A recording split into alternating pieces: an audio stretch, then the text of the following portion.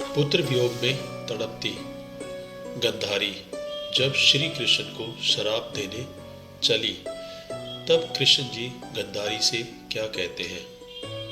कृष्ण जी ने गंधारी से कहा, माता, मैं शोक मोह पीड़ा सबसे परे हूं। न जीत में न हार में, न मान में न अपमान में, न जीवन में न मृत्यु में, न सत्य में न असत्य में, मैं किसी में नहीं बंधा हूं माता। काल महाकाल सब मेरे दास है, मैं उन्हीं से अपने कार्य सिद्ध करवाता हूं। हे माता, युद्ध निश्चित था, जो चले गए उन पर शोक मत करो, बल्कि जो है उन्हें स्वीकारो। वर्तमान को स्वीकारो माता, भूत दुख का कारण बनता है। कृष्ण की बात सुनकर गंधारी विलाप करते हुए बोली, कृष्ण, तुम ऐसा कह सकते हो क्योंकि तुम मां नहीं हो। कृष्ण, तुम क्या जानो एक मां की ममता, तुम क्या जानो पुत्र शोक की पीड़ा क्या होती है। तुम कहते हो मोह त्याग दो और ज्ञान बातें बताते हो, तो जाओ कभी अपनी माता देवकी से पूछना कि पुत्र शोक क्या होता है। पूछना देवकी से कि कैसा लगता था जब कंस उसके कलेजे के टुकड़ों की हत्या कर देता था। पूछना जब उसका दूध उतरता था और बच्चा न होने की वजह से जब देवकी व्यथित हो जाती थी, तब पूछना उसको कैसी पीड़ा होती थी। पूछना वासुदेव, कभी पूछना। ऐसा कहकर गंधारी धम से धरती पर गिर जाती है। फिर कृष्ण गंधारी को संभालते हैं और उनकी आंखों से निकल रही अश्रुधारा को पोंछते हैं। गंधारी फिर से कहती है कि कृष्ण, तुम्हारी माता ने तो 6 पुत्रों को खोया है, परंतु मैं अपने 100 पुत्रों को खो चुकी हूं। कृष्ण गंधारी को पुनः समझाते हैं और कहते हैं, परंतु माता, कौरवों ने वही मार्ग चुना जिससे उनका पतन निश्चित था।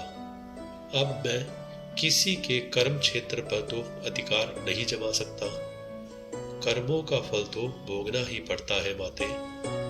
गंधारी कृष्ण की तरफ देखते हुए आंखों में आंसू लिए हुए बोलती है, यह कहना आसान है केशव, परंतु एक माता के लिए उसका पुत्र ही महत्वपूर्ण होता है।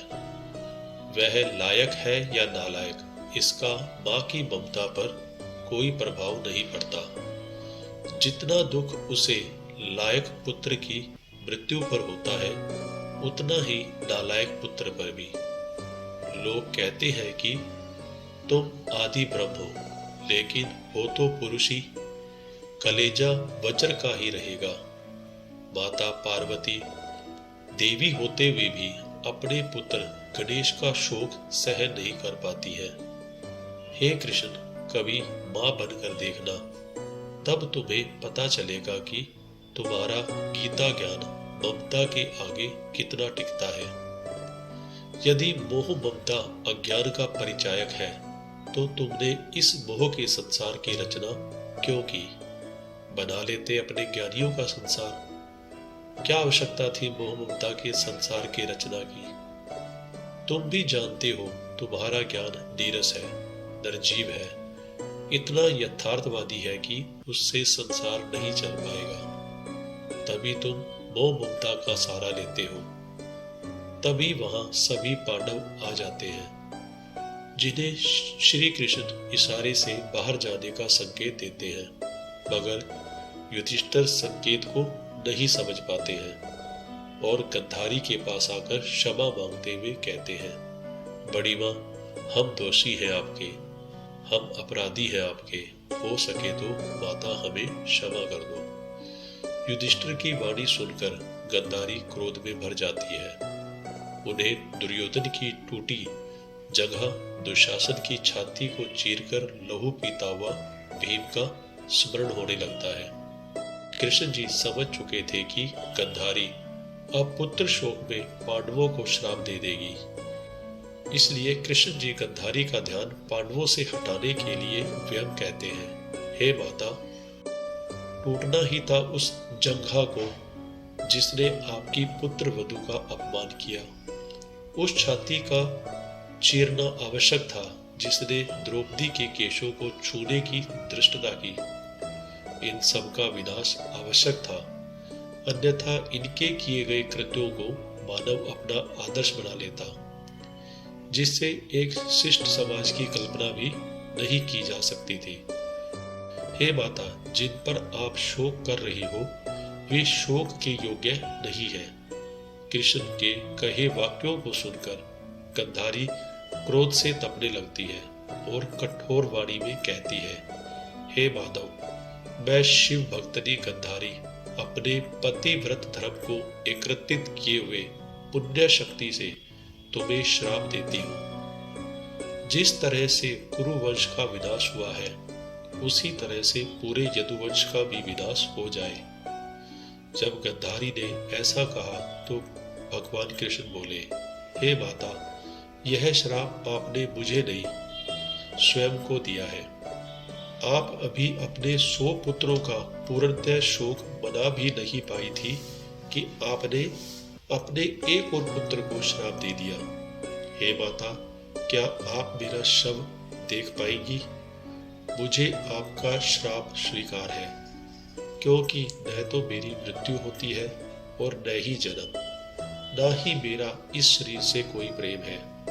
माते, आपका इस शरीर से प्रेम है और आपने श्राप देकर स्वयं को फिर दुख सागर में डुबो दिया।